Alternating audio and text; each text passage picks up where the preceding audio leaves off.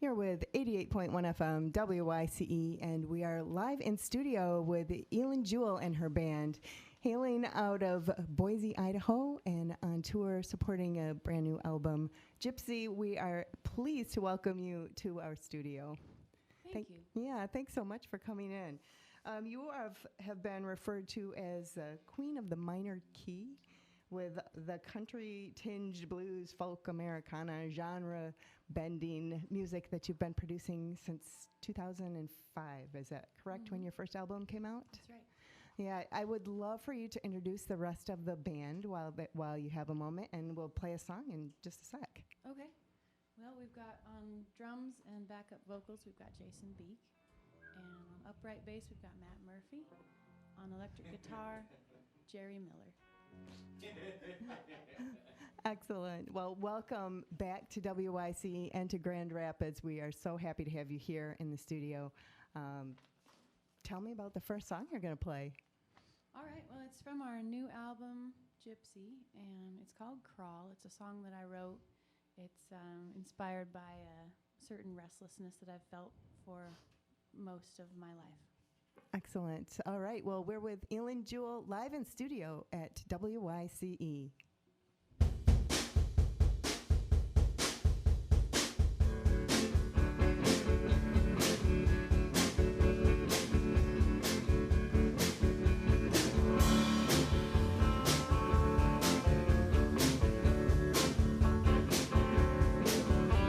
The song got it wrong. There's thunder but no rain. Dancing on every face. The more a place sleeps, the rougher the spirit. Put your ear down to the ground and you can almost hear. I wanna crawl right out of my skin. Go back in time, cakewalking red friend. I want solitude, don't wanna be alone. Wanna put down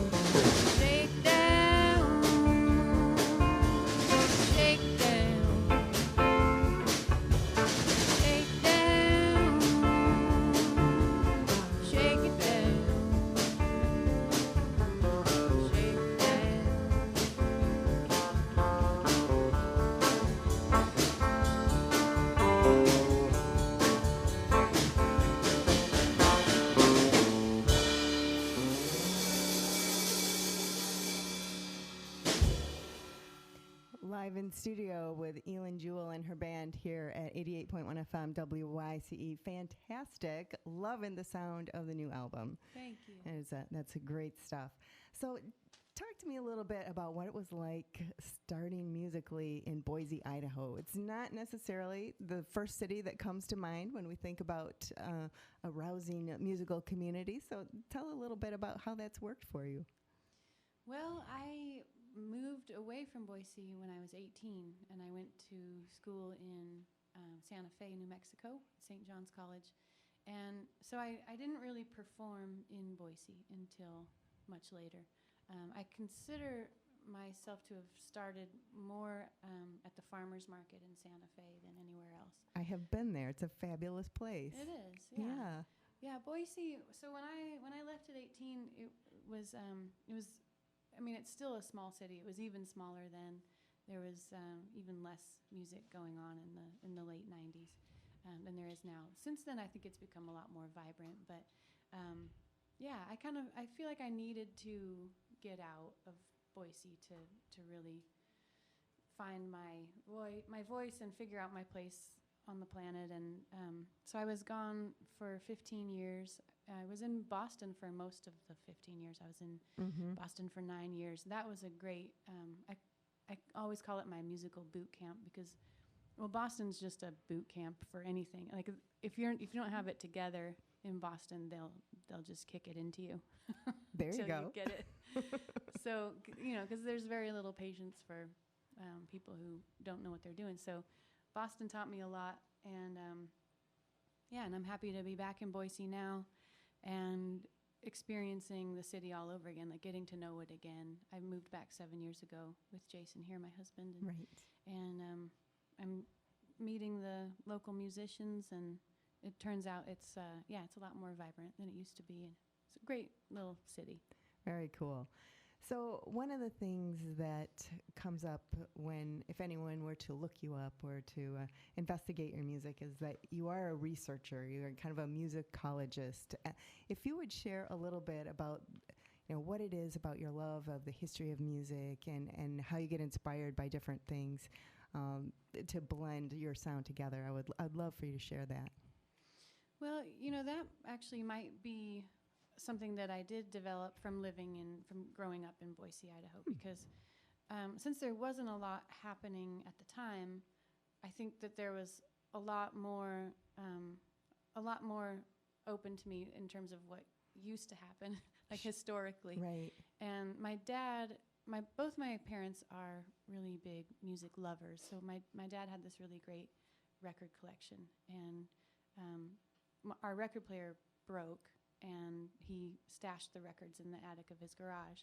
And when I was about 15, I came across them and uncovered them. And I mean, it was like a lot of amazing artists who I still really enjoy listening to today, like Mississippi John Hurt and Howlin' Wolf. And so he was like tapped into the blues revival of the 60s, and really loved Bob Dylan, and still does. And so I think I kind of got that a little bit from him, like well, he is a history buff in general, and when he first kind of made me listen to Bob Dylan, it was this great experience because I was listening to the bootleg series, the Bob Dylan bootleg series, and Bob Dylan pays a lot of tribute to Woody Guthrie. So then I want to know, well, who's Woody Guthrie? And then I want to know who influenced Woody Guthrie, and it's just and that was a big part of my childhood, was figuring just going out down the rabbit hole. Yeah, who influenced who, and how far back can I take it? What would you say are some of your key influencers then? Definitely Bob Dylan, and definitely early blues. Anything with early in front of it. I really like early rock and roll. That's what I mostly was listening to as a kid growing up in the 80s and 90s, and Boise was the oldies station at the time. They played only 50s and 60s music, and that's all I wanted to listen to. And I really have not changed much since then. Well, the new album is Gypsy, and it's got some really great stuff on it. It sounds as though you have taken a little bit of a turn or a different dive in terms of some of the inspirations like politics and social issues. Do you want to talk a little bit about what inspired you to move in that direction? Yeah. In a nutshell, it was really some of my fans telling me that I can't do that made me want to do it. Oh, the rebel. Yeah. It's really not so much that I think of myself as a rebel. I'm just really cantankerous. And anytime anyone says I can't do something, it becomes more interesting to me. Of course. So Of course. I did dabble in kind of more political issues. On my first album, I have a song called The Flood, and it's about how I feel like the administration at the time failed the people of New Orleans during Hurricane Katrina. And then on our second album, Letters from Sinners and Strangers, there's a song that is it's a Martin Luther King speech set to music called How Long, which is, sort of political in disguise. But yeah, so we had a interesting thing happen towards I think it was last year, towards the end of last year. I was interviewed by a Spanish journalist who asked me, in your opinion, what books do you think Trump is reading? And I said, I don't believe he reads books. And that, even though the article was about me and my show, my music, and being there in Spain, that became the headline, was that I don't believe Trump reads books. So, which I thought was just kind of funny, and the fact that it became the headline was funny. So we put a picture of the article on our Facebook page, and it was just amazing. You would not believe how it's just the vitriol on both sides. Just people slinging all kinds of mud at each other and at me, and telling me that I should shut up and sing, which, for the record, is physically impossible. Right. Love it. Love it. So after that, I became more inspired to not shut up and sing, and that's what people get for trying to tell me what to do. I love it. Do you want to play another song? Sure. How about another one from the new album? This is a song of mine called Miles to Go.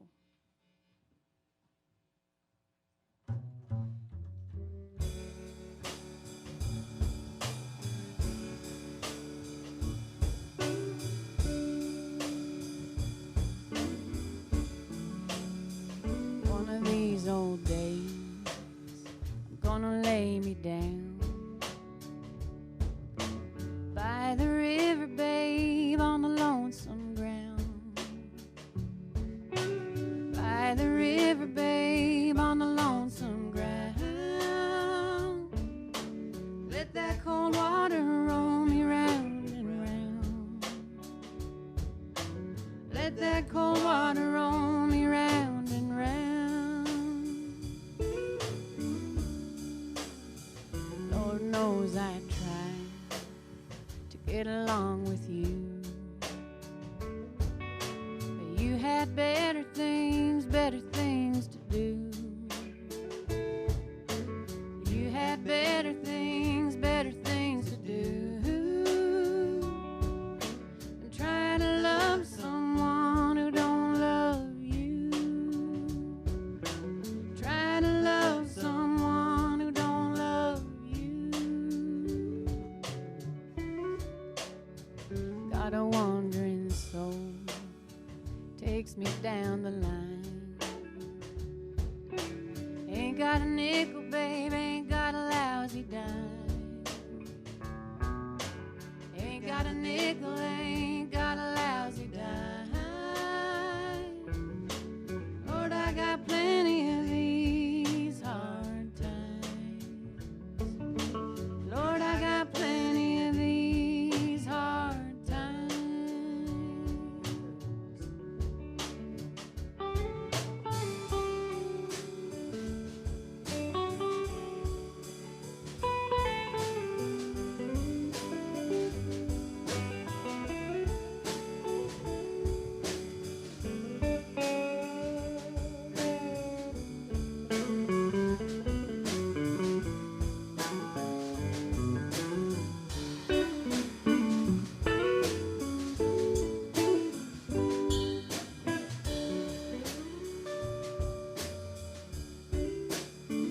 In the maddening crowd, nobody knows me. A stranger's face on everyone I see. A stranger's face on everyone I see. And miles to go before I sleep. Miles and miles to go before I sleep.